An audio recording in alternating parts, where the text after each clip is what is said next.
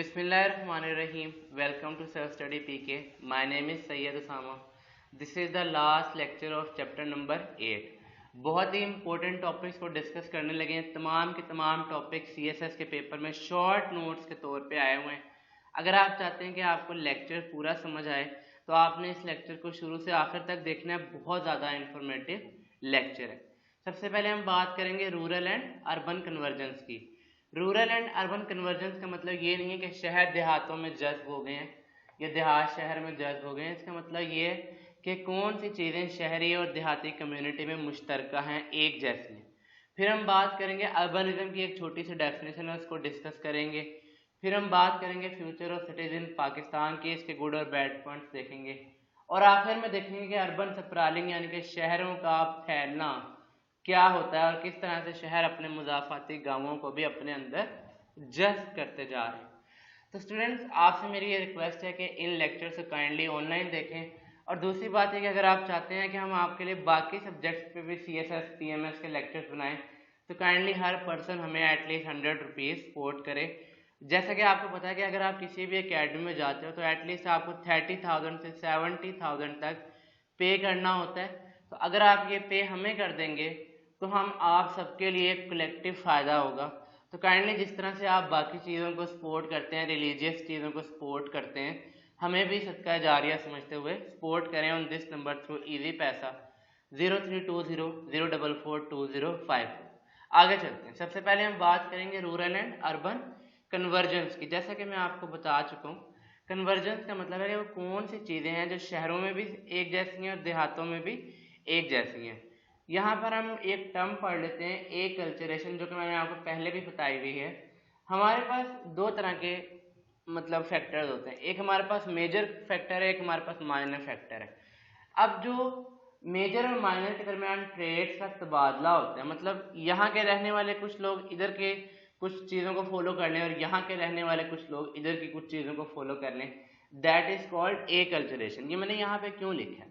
शहर बड़े हैं, देहात छोटे हैं, लेकिन शहर के कुछ लोग देहातों की कुछ चीज़ों को फॉलो करते हैं और देहात के कुछ लोग शहरों की चीज़ों को कुछ फॉलो करते हैं। मतलब एक कल्चरेशन हो रही है। ऐसा नहीं हो रहा कि देहात पूरे के पूरे शहरों में मर्ज हो रहे हैं, शहरों की ज़िंदगी को फॉलो कर रहे हैं। दोनों तरफ के लोग दोनों तरह की ज़िंदगी को फॉलो करते हैं। दूर के ढोल सुहाने लगते हैं, हर बंदे को लगता है कि दूसरा बंदा अच्छी ज़िंदगी गुजार रहा है और वो उसको फॉलो करने की कोशिश करता है। तो सबसे पहले development of socio economic institution देखें। शहरों में भी बैंक बन रहे हैं, देहातों में भी बैंक बन रहे हैं। ATMs जो पहले शहरों में नहीं थी अब देहातों में भी हैं। और अब इवन पाकिस्तान के गिलगित बल्तिस्तान के सबसे ऊंची हाईएस्ट माउंटेन तक भी ATM पहुंच गई है। इसके अलावा जो ट्रेंड दुनिया में आया हुआ है, दुनिया की अर्बन सिटीज़ में आया हुआ है, जैसे आपने बिटकॉइन का सुना होगा, वो एक डिजिटल करेंसी है। उस तरह पाकिस्तान में एज सच तो कोई लीगल करेंसी गवर्नमेंट ने तो नहीं लॉन्च की, लेकिन पाकिस्तान में डिजिटल करेंसी का रिवाज इजी पैसे ने शुरू किया है, जैज़ कैश ने शुरू किया है, जो कि लोग शहरों और देहातों में अपने मोबाइल फ़ोन्स के ज़रिए से पैसे भेज सकते हैं। तो ई बैंकिंग का सिस्टम भी पाकिस्तान में बहुत अब चलना शुरू हुआ है। दूसरा, टेलीकम्युनिकेशन सेक्टर ने ऑब्वियसली शहरों और देहातों में तकरीबन एक जैसी सहूलियात प्रोवाइड की हैं। वहाँ पे इंटरनेट की फैसिलिटीज़, वहाँ पे मोबाइल सर्विस की फैसिलिटीज़ प्रोवाइड की है। Political electoral system of Pakistan, अव्वल दिन से जो शहर में है वही देहात में, वही वोट आपने बैलेट बॉक्स में जाके डालना होता है, वही प्रोसीजर है। उसी तरह से टीचर्स को और आर्मी को वहाँ पे तैनात किया जाता है और वोटिंग होती है। ट्रेडिशनल तरीके से वोटिंग की गिनती होती है, फिर वो वोट जमा करवाए जाते हैं। लास्ट ईयर थोड़ा सा इलेक्ट्रॉनिक सिस्टम इन्होंने इंट्रोड्यूस करवाने की कोशिश की थी, जो बुरी तरह से फेल हुआ था, लेकिन फिर भी कुछ ना कुछ बेहतरी पॉलिटिकल इलेक्टोरल सिस्टम में आई है। But it is same for both rural and urban community. Telemedicine, आपने देखा होगा कि बहुत से अब इस तरह के प्रोग्राम चलते हैं कि जो डॉक्टर होता है वो शहर में होता है और गांव में लोग एक स्क्रीन के पास बैठे होते हैं।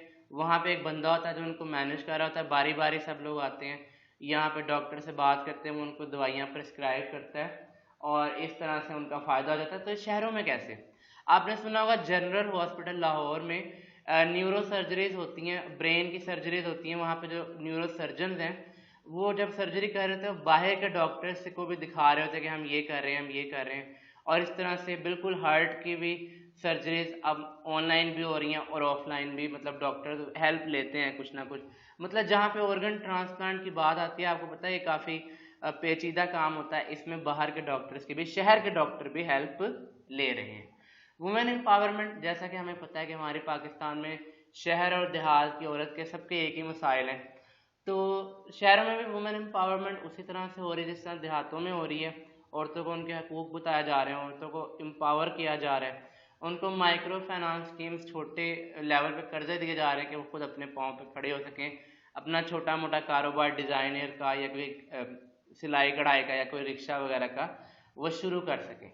NGOs, नॉन गवर्नमेंटल ऑर्गेनाइजेशंस, आपको पता है ख़ास तौर पे चाइल्ड लेबर पे, वुमेन एम्पावरमेंट और लेबर केसेस में शहरों और देहातों में बिल्कुल एक जैसे ही काम कर रही है। ऑर्गेनिक फूड देखें, गांव के लोग तो देसी ग़िज़ा खाते ही हैं, लेकिन अब शहरों में बीमारियां फैलने की वजह से लोग भी जो पाम ऑयल से देसी घी की तरफ आ रहे हैं, वो गाँवों से शहद मंगवा रहे हैं, वो गाँवों से आटा कनक मंगवा रहे हैं कि हम खुद पिसवा के देसी खुराक खाएंगे। अब थोड़ी सी एक बुरी बात भी कर लेते हैं, शहरों में अगर 4 घंटे लोड शेडिंग होती है तो लो जी माशाल्लाह देहातों में 12 घंटे की भी लोड शेडिंग होती है। ये भी एक कॉमन चीज़ है, थोड़ा सा ज़रा स्टैटिस्टिक्स का फ़र्क है लेकिन है कॉमन। फिर हम बात करते हैं अर्बनिज्म की। छोटी सी डेफिनेशन आप स्क्रीन को, वीडियो को पॉज करके नोट कर लें कि शहरों में रहने वाले लोगों का अपने इन्वायरमेंट से जो इंटरेक्शन है उसको स्टडी करने को हम अर्बनिज्म कहते हैं या अर्बन प्लानिंग कहते हैं। Urban sociology, study of urban life and culture, material life और मैन लाइफ दोनों, लेकिन अर्बन में उसको हम अर्बन सोशियोलॉजी कहते हैं। Future of cities in Pakistan, ले जी इसमें आपने दोनों गुड और बैड पॉइंट्स लिखने हैं, ज़्यादा गुड ही लिखने हैं क्योंकि आपने ड्यूरिंग द CSS एग्ज़ाम ज़्यादातर पॉजिटिव रहना है, और सोल्यूशंस की बात करनी है। तो ज़रा हम पहले देख लेते हैं कि हमारे पास शहरों में कितना तनासब है, देहातों में कितना तनासब है आबादी का। शहर में आबादी है 36.4 और आपको मैंने बताया था कि देहातों में आबादी है 63%। आपने मुझे कमेंट सेक्शन में लाजमी बताना है कि जो 0.06% लोग हैं ये कहाँ पे चले गए हैं। अच्छा जी, तो ये 100% क्यों नहीं हो रही, ये बात आपने मुझे कमेंट सेक्शन में बतानी है। अच्छा, अब अकॉर्डिंग ये जो हमने पॉपुलेशन बताई है 2017 की, पाकिस्तान साउथ एशिया में सबसे ज़्यादा तेज़ी से अर्बनाइज हो रहा है। इसका सबूत यहाँ पे है, 1998 में आपके पास जो परसेंटेज शहरों में थी वो 32.5% थी, काफ़ी कम थी as compare to the current 36.4%। अच्छा, ये जो अर्बनाइजेशन हो रही है इसमें दो फैक्टर हैं, एक तो कि लोग देहातों से शहरों में माइग्रेट हो रहे हैं, वहाँ पे परमानेंट रेजिडेंस तैयार कर रहे हैं, और दूसरी शहरों की अपनी पॉपुलेशन में भी बेतहाशा इजाफा है। आगे चलते हैं, UNDP के मुताबिक पाकिस्तान में 2025 में शहरों में और देहातों में बराबर लोग हो जाएंगे। इस पॉइंट को भी आपने मेंशन कर लेना है। अब हम बात कर लेते हैं थोड़ी सी अजीब सी बात। GDP को काइंडली आप मेहरबानी फरमा के थोड़ा सा नेट से सर्च कर लें कि GDP क्या होता है। मैं यहाँ पे आपको बड़ी अजीब बात बताने लगा हूँ कि पाकिस्तान का GDP का 55% शहरों से आता है, हालांकि हमारी ज़्यादा जो आबादी है वो देहातों में रहती है। इसके अलावा जो FBR पे जो टैक्स मसूल होता है वो 95% शहरों से आता है, और सिर्फ शहरों से नहीं आता, 10 मेजर सिटीज़ 95% वो दे रही है। मतलब आप यूँ समझ लो कि देहात 1% भी ओवरऑल टैक्स नहीं देते। अब मैं ये आपको समझाने लगा हूँ ऐसा क्यों होता है। पहली बात तो ये कि हमारी जो देहातों में इकोनॉमी है वो है एग्रीकल्चर पे, टोटली एग्रीकल्चर पे, 99% एग्रीकल्चर पे बेस कर है। अच्छा, अब ये जो एग्रीकल्चर है ये हमारे चौधरियों के हाथों में है, वडेरों के हाथों में है, बड़े बड़े अफसरों के हाथों में है। ये वो लोग हैं जो टैक्स नहीं देते, चलें टैक्स नहीं देते कोई बात नहीं, ये वो लोग हैं जो बिल्कुल अनअकाउंटेबिलिटी के तौर पे अपनी एक चीज़ को बेचते हैं। अब मसला क्या, सबसे पहली बात ये लोग इस्तेमाल करते हैं फर्टिलाइज़र। फर्टिलाइज़र बनता है गैस से ज़्यादातर और भी बहुत चीज़ों से। Fertiliser is highly subsidised, highly subsidised. यूँ समझ लें कि पिछले 50 साल से कुछ हल्के रो रहे हैं कि गैस महंगी करो, मगर गैस महंगी नहीं होती। अगर गैस महंगी हो गई तो फर्टिलाइज़र महंगा हो गया, और फिर ये किसान टाइप लोग जिनको हम कहते हैं किसान, ये रोएंगे कि हम तो अब खुराक उगा ही नहीं सकते, मसला है। फिर वाटर की अनइक्वल डिस्ट्रीब्यूशन, जाहिर बात है जो कि जितना पावरफुल होगा बासर होगा वो जो नहर का पानी है वो अपने लिए वो रिजर्व करवा लेगा। दूसरे नंबर पे जो इंस्ट्रूमेंट्स आते हैं, जो गैजेट्स आते हैं, जो बड़े बड़े ट्रैक्टर्स मिलते हैं वो भी किन लोगों को मिलते हैं, ऑब्वियसली वो भी बड़े बड़े लोगों को मिलते हैं, हाईली सब्सिडाइज जो पॉलिटिकल पावर वालों के साथ होते हैं, जो कानून नाफिज करने वाले इदारों के साथ होते हैं, ये इंस्ट्रूमेंट पहले उनको जाएगा। छोटा किसान की तो आप बात ना करें, सिंध में छोटे किसान अपने टमाटर खुद अपनी फसलों में फेंक देते हैं कि उनको मंडी तक ले जाकर बेचने में जितने उनके ऊपर लागत आई है उससे ज़्यादा खर्चा आ जाता है। अच्छा जी, अब ज़रा मेरी बात सुनें। चलें, यहाँ तक बात हो गई कि चलें जी फसल आपने उगा ली, फसल आपने, अब जब ये चीज़ें मिल में जाती हैं, जैसे आटा फ्लोर मिल में जाता है, चीनी शुगर मिल में जाती है, वहाँ पे भी बेतहाशा सब्सिडी इन बड़े बड़े लोगों ने गवर्नमेंट से ली हुई है। मतलब एक तो आपने सब कुछ फ्री उगाया, आपके यहाँ काम करने वाले भी मुजारे हैं, कमी है जिनको आप कुछ समझते नहीं, जानवरों से बदतर वो जिंदगी गुजार रहे हैं। फसल पककर तैयार हो गई, वो भी आपको फ्री में आपने कटवाई, आपने इंडस्ट्री में बेची, वो भी आपको फ्री नहीं बल्कि गवर्नमेंट ने आपको पैसे दिए, लो भाई चीनी बनाओ और मुफ्त बेचो। अच्छा जी, सब्सिडी हो गई, सब कुछ हो गया। शायद हमारे यहाँ पे कुछ अजाला हो जाता, लेकिन इधर आगे देखें, आड़ती सिस्टम का आपको शायद पता हो, पटवारी सिस्टम का आपको शायद पता हो। जब ये सामान या फूड या चीनी या आटा या ये फल या ये सब्जी जब मार्केट में आती है, आपका क्या ख्याल है? वो रेडी वाला करोड़ों रुपए कमा रहा है? बिल्कुल भी नहीं। जो बंदा इसको खरीद के स्टोर कर रहा है, मैं आपको आलू का बताता हूँ, 2016 में मैंने ये फैक्ट पढ़े थे, जो बंदा है वो 1 रुपये किलो के हिसाब से तड़ी खरीदता है। एक मेरा ख्याल है एक तड़ी में 40 किलो होते हैं, शायद मुझे एग्जैक्ट अमाउंट नहीं पता। तो 1 रुपये किलो के हिसाब से उसने आलू खरीदे, तड़ी खरीदे 40 रुपये, अगर 40 किलो तो ऑब्वियसली 40 रुपये उसने दिए। ये मैं आलू का बता रहा हूँ। 1 रुपये 2 रुपीज पर किलो के हिसाब से उसने स्टोर करवाए। ये जिस बंदे ने किसान से आलू खरीदे, स्टोर कहाँ करवाए? कोल्ड स्टोरेज में। 3 रुपये लागत आ गई। ये शायद महीने के लिए, शायद हफ्ते के लिए होते हैं, मुझे इसकी ड्यूरेशन नहीं पता। ये बंदा जिसने आलू खरीदे, ये आगे 25 रुपये किलो फरोख्त करता है। ये मार्जिन आप साफ लगा लें। ये आलू मार्केट में 35 रुपये किलो बिकता है।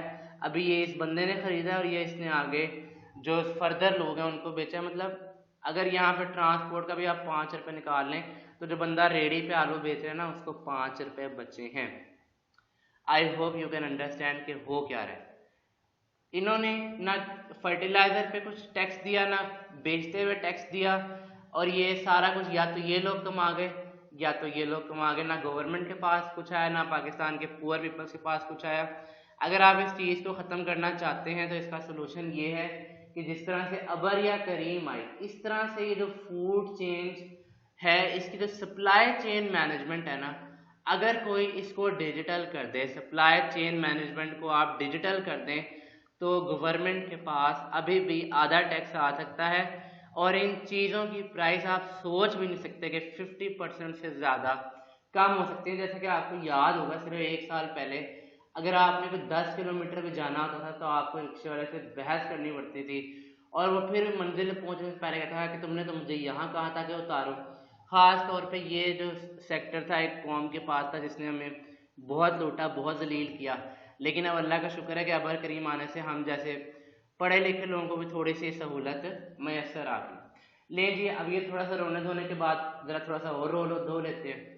कराची की बात करें तो कराची 12 से 15% GDP का देता है, और ज़रा हिसाब लगाएं 55% टैक्स देता है। लेकिन मज़े की बात यह है कि ये टैक्स कराची पे नहीं लगता। इसीलिए आपने देखा होगा NFC अवार्ड को थोड़ा सा इंशाल्लाह किसी दिन आने वाले लेक्चर में पढ़ेंगे। ये लिया किसी से जाता है, लगाया किसी पे जाता है। इसीलिए सिंध की गवर्नमेंट हर प्रेस कॉन्फ्रेंस में आके रो रही होती है। आगे चलते हैं जी, population growth and net migration. ये आप लोग खुद ही देख लीजिएगा कि बहुत ज़्यादा है शहरों से। एक इसका सिंपल आपको सोल्यूशन बताता हूँ। अगर आप लाहौर में खड़े होते हैं तो शादरा मोड़ पे आप जाएं सुबह के वक्त और वहाँ जाके बस स्टॉप पे बैठ जाएं, आप देखेंगे कि लाहौर में आने वाले ज़्यादा हैं और जाने वाले तो बिल्कुल हैं ही नहीं। फिर आपने ना शाम तक बैठे रहना है। आपको हैरानगी होगी कि जाने वाले ठीक है, तादाद बढ़ती है शाम को 6 बजे, लेकिन जितने लोग सुबह आए थे उतने लोग शाम को वापस नहीं जाते। शहरों में नेट माइग्रेशन ज़्यादा है, लेकिन इससे फ़ायदा भी हो रहा है। लिटरेसी रेट इंक्रीज़ कर रहा है। मैं आपको इसकी यहाँ पे बड़ी ज़बरदस्त बात बताने लगा हूँ जो कि आपने प्लीज़ CSS के पेपर में मेंशन नहीं करती। गांव से जो लोग आते हैं ना, वो ज़्यादातर मजदूर तबका होता है, और उनकी जो वाइफ्स होती हैं ना, वो ज़्यादातर घरों में काम करती हैं, जिनको हम आमतौर पे काम वाले कहते हैं। अब इनके बच्चे भी होते हैं छोटे छोटे से। अब इनकी मजबूरी क्या है कि इन बच्चों को स्कूल दाखिल करवा देते हैं ताकि वो कम अज़ कम 8 से लेके 1 बजे तक अपना काम सुकून से कर सकें। अच्छा, इसका फ़ायदा भी हुआ, एक तो हमारा लिटरेसी रेशो इंक्रीज हुआ है, और दूसरा कि इन लोगों को भी कुछ अकल आई है कि हाँ, हमने पढ़ लिख के आगे बढ़ना है, हमने सिर्फ उस लेवल पे नहीं रहना। हमारा जीडीपी बढ़ा है, एम्प्लॉयमेंट रेट बढ़ा है, बेरोजगारी कम हुई है, पर कैपिटा इनकम बढ़ी है। लेकिन यहाँ पे ज़रा मसले भी आए। जब आप किसी चीज़ से कंट्रोल नहीं करते, ऑब्वियसली वो आपका दर्द सर बनती है।